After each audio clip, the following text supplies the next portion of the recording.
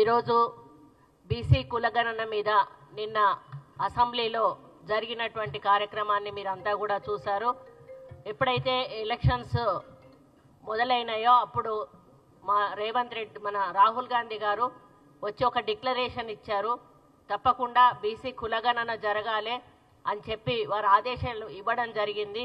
మన తెలంగాణలో ప్రభుత్వం వస్తే మొట్టమొదటగా కులగణన మీద కాన్సంట్రేట్ చేస్తాము అని కూడా చెప్పారు. మరి ఆయన పాదయాత్ర చేసేటప్పుడు ఆయనకు అనుభవంతో ఈ ఆలోచన వచ్చింది.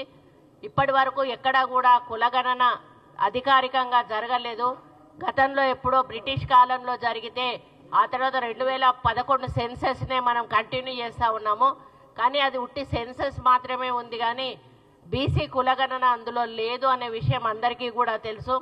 మరి రాను రాను బీసీల పర్సంటేజ్ పెరుగుతూ ఉన్నా కూడా బీసీలకు సామాజిక న్యాయం, ఆర్థిక న్యాయం, ఉద్యోగ, విద్య, ఇతర రంగాల్లో సరి అయిన న్యాయం జరగడం లేదు అనేటువంటి ఒక ఆలోచనతోటి రాహుల్ గాంధీ గారు తప్పకుండా బీసీ కులగణన జరిగి అందరికీ కూడా సమానంగా అన్ని హక్కులు పొందే విధంగా మనం ఇక్కడి నుంచి నిర్ణయాలు తీసుకోవాలని వారు కోరడం జరిగింది. దాన్ని దృష్టిలో పెట్టుకొని మన ముఖ్యమంత్రి గారు రేవంత్ రెడ్డి గారు అధికారంలోకి రాగానే మరి ఏవైతే రాహుల్ గాంధీ గారు ఇచ్చారో దానిని అమలు చేయడానికి బీసీ కులగణన చాలా పగడ్బందీగా చేయడం జరిగింది. మరి దాన్ని ఈరోజు మేము ఒక రిపోర్ట్ రూపంలో అసెంబ్లీలో పెట్టి మరి స్టేట్మెంట్ రూపంలో దాన్ని వాళ్లకు డిస్కషన్కు పెడితే, డిస్కషన్ కూడా స్టేట్మెంట్ అంటే వినాలి, అయినా కూడా డిస్కషన్కు కూడా పెట్టాం. డిస్కషన్కు పెట్టినప్పుడు వాళ్ళు ఏమైనా తప్పులుంటే చెప్పాలి, సలహాలుంటే ఇవ్వాలి, ఏమైనా సూచనలుంటే చెయ్యాలి. అంతేగాని పూర్తిగా ఏమీ మాట్లాడకుండా ఇది ఒక పనికిరాని కాగితం, ఇది అసలు దీని సరి అయిన పద్ధతిలో జరగనే లేదు, ఈ కులగణన మొత్తానికి కూడా తప్పు, దీన్ని అసలు మేము ఎక్కడా కూడా ఆమోదించము అని చెప్పి వాళ్ళు బాయ్కాట్ చేసి పోవడం ఏదైతే ఉందో బీసీల మీద వాళ్లకు ఎటువంటి ప్రేమ ఉందో అర్థమవుతా ఉంది.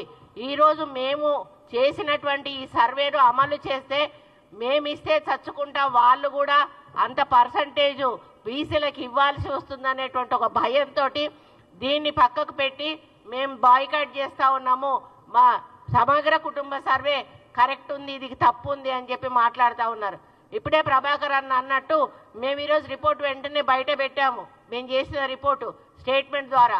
మరి మీరెందుకు ఆ రోజు సమగ్ర కుటుంబ సర్వే జరిగినప్పుడు మీరు బయట ఎందుకు పెట్టి దాన్ని అసెంబ్లీలో పెట్టి దాన్ని డిస్కషన్ పెట్టి దాన్ని పబ్లిక్ డొమైన్లో పెట్టి దాన్ని ఎందుకు అనుసరించలేదు?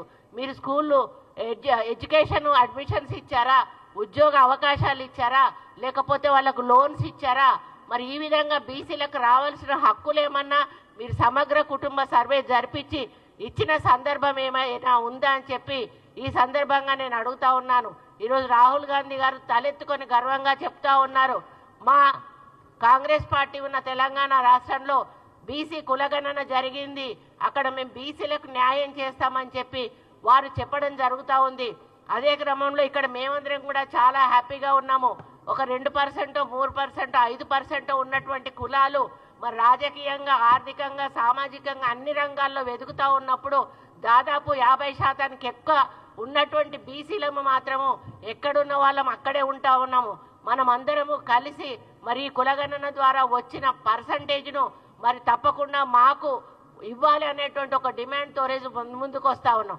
దీన్ని పాజిటివ్గా పబ్లిక్లోకి తీసుకుపోవాల్సింది పోయి వాళ్ళు నెగటివ్గా పబ్లిక్లో దాన్ని ఎక్స్పోజ్ చేసి కులాలను రెచ్చగొట్టి ఈరోజు వాళ్ళు మరి పబ్బం గడుపుకునే పనిలో ఈరోజు పిఆర్ఎస్ వాళ్ళు ఉన్నారు. ఒకటే చెప్తా ఉన్నా నేను, బీసీ కుల సంఘ నాయకులందరికీ కూడా ఇది ఒక చరిత్ర.